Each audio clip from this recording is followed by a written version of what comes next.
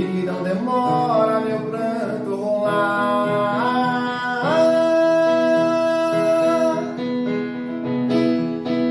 Eu tenho feito de tudo pra te convencer, provar que a vida é melhor sem você, mas meu coração não se deixa enganar. Vive inventando paixões pra fugir da saudade, mas depois da cama a realidade é só sua ausência doendo demais.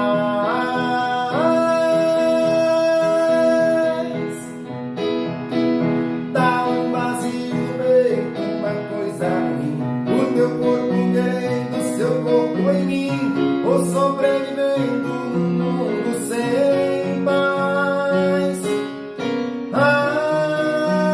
Jeito triste de ter você longe dos olhos e dentro do meu coração.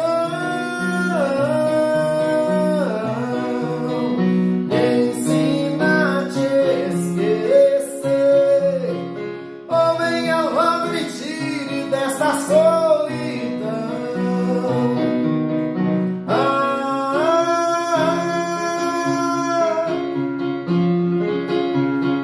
Ou venha logo me tire desta solidão.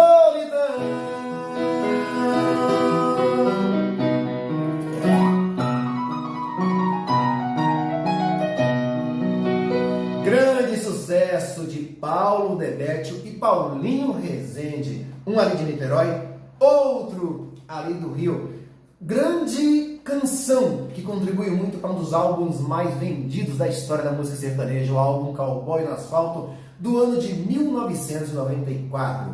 Álbum esse produzido por Paulo Debétio, José Homero, e também teve ali a participação do maestro Julinho Teixeira, que colaborou para o crescimento e desenvolvimento desse álbum. Você curtiu esse álbum, nessa época? Comenta aqui embaixo. Lembra esse álbum que teve essa canção aqui também, ó?